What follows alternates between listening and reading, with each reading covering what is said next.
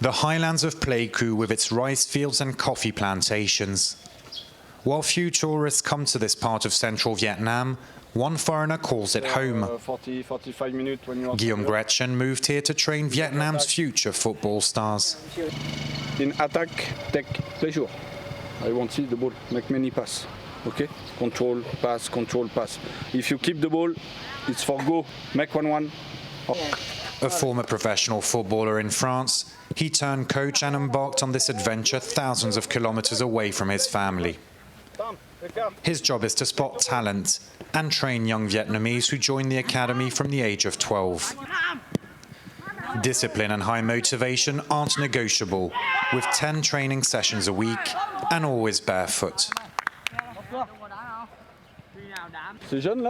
These youth, they represent the future of the country. Maybe not all will be in the national team, but a fair amount, I hope.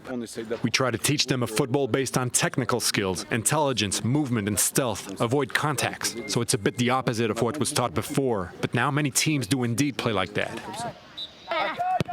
A footballing vision that proved successful in the past. The first JMG Academy, set up in Ivory Coast, nurtured a golden generation, with the likes of the Touré brothers, Gervinho and Salomon Kalou. The selection is tough, with only one player chosen in over 1,000. The coaching staff sees education as essential. On Saturdays, the boys take computer classes with a teacher who's a bit of a fan.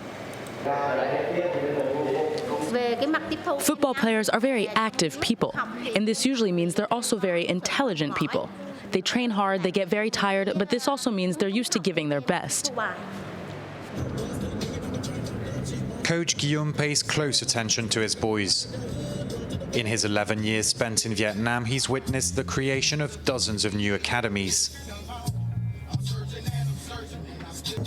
You know, when it comes to football academies, it's often about money and marketing. We have a different work method. We work alongside one generation of players for 7 years straight. We have our own philosophy.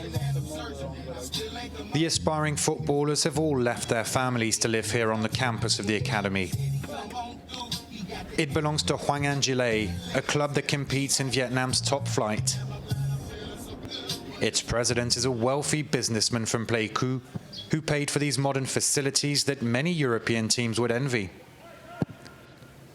Young and senior players all train, sleep and eat on campus. This Jamaican striker is the only foreign signing. The first time one of my teammates asked me, why did you come to play in Vietnam? I looked at him and I said, why not? If you have any problem, you can go to the doctor's room, eat 3 meals a day. You have the gym, you have all the facilities you need to be successful. At home and away, the club can count on the support of enthusiastic crowds. Football is the #1 sport, and Hoang Anh Gia Lai has provided the national squad with a number of young talented players who are starting to get good results against Asian rivals. Nguyen Con Phung is nicknamed the Vietnamese Messi. From a very poor background, he joined the academy and is now hoping to go to Europe, with some Spanish clubs expressing interest. With his childhood friend, they had disappointing spells in the past in Japan and South Korea. They believe Vietnamese football can learn a lot from the academy. When I first came here, I was a little boy. I learned many things about football, and also in the life.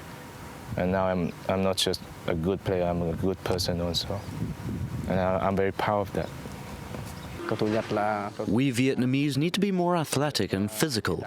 In this regard, Japanese football players are better than us. They run and move a lot more.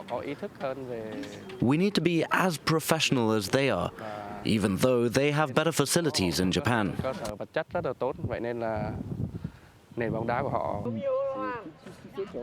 Asian heavyweights Japan and South Korea have impressed in World Cups, with players in Europe and notably in the English Premier League, which is by far Vietnam's favourite. In Ho Chi Minh, Manchester United, Chelsea or Arsenal all have their own supporters club. Most of these fans have never been to Europe, but know everything about the players. As they see their national team improve, they hope their dream of Vietnam qualifying for a World Cup can soon come true.